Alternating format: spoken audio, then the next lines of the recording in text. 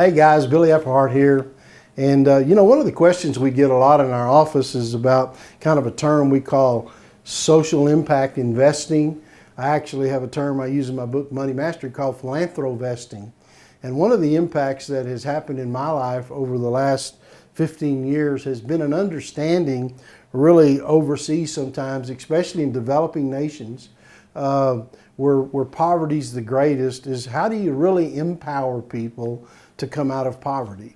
And one of the disservices we've done to people, meaning people in Western nations have done in helping people in developing countries, is that sometimes unintentionally we actually create a dependency or almost like a welfare society sometimes overseas, because sometimes we send too much aid or we send too much of the wrong kind of aid to help people. Now, when people are in emergency situations and people are starving or whatever, we must send aid, we must send money to help them, especially in emergency type situations.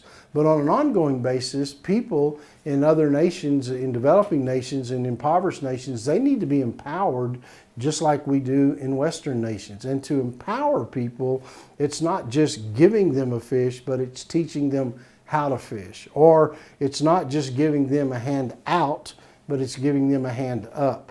And so one of the things that we have really strived to do, and things I've been doing in the last 15 years, has really been working on giving people an actual hand up in their life. And one of the ways we do that is through microfinance lending. We have a nonprofit we call Tricor Global, and in Tricor Global we actually provide capital to people, to actually institutions overseas that loan money to people. And people ask all the time, well, why do you loan money and why not just give money? Well, what happens when you give money? Two things happen. One, if you give away stuff that's free all the time, if you're not careful, you create a dependency cycle that people have. Plus, if I give it, then I have to come back to the Western nation, in my case, America or Europe, and raise the money and then go back and give it again. Whereas if I actually raise investment capital and literally loan the money to someone at what we call a sustainable interest rate, I'm able to take, for example, in U.S. currency, I can take $1, and that $1 can be lent 20 or 30 or 40 times over and over and over and over again, compared to, say, giving $1. I give $1, it's gone. Then I have to go back to America or Europe or somewhere and raise the money and come back and do it all over again. So that dollar that we lend, by the way, stays in that country or in that nation forever. In other words, it stays there to help empower the people. We never take the principle that we have in that nation out of the nation. So it's empowering people. And listen, how they feel about it personally when they get empowered. I think of the young man who did the first loan with us, meaning that I remember we did many small loans over quite a few years. But I remember one young man who started with a little used bicycle repair shop, and he came back to us for another loan to open a used furniture store that eventually turned into a brand new furniture store. And I remember he started, the very first time, he started with a real small loan. The very last loan we made to him was $50,000 US. And you know what it was?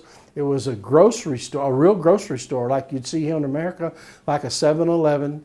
And it had a gas station out front, had gas pumps out front, and he took me in there and showed me all the groceries and showed me around that store. He was a proud man. His wife was with him, his children were with him, and he was employing quite a few people right in the area of the outskirts of that city. An incredible story of empowerment and seeing people's lives change. And I can tell you, most of the people that are empowered, when we really have social impact, it affects the women and children. In fact, we do far more loans with women than we do with men. And so women are empowered in these nations to really rise up and become all they can be. So social impact investing is something we get a lot of questions about, and I want to tell you, it really has a significant impact on people's lives. This is Billy Epperhart. In fact, I'll just remind you of one other thing. We're actually right now we're doing a project, a GoFundMe. You can find it. You can look at it. It's called Farm Uganda, and we're actually providing some farm implement equipment for Farm Uganda. And our goal is to raise $7,500, $7,500. To do that, we've already made a loan to Farm Uganda, what I just described, of 70,000 US dollars. And but we are helping them get equipment to make that enterprise profitable, and there are thousands of people that are impacted in a positive way with just this one farm. So it's a powerful thing, and it allows us to empower people literally to become all they can be. So this is Billy Epperhart. Hey, thanks for watching this video.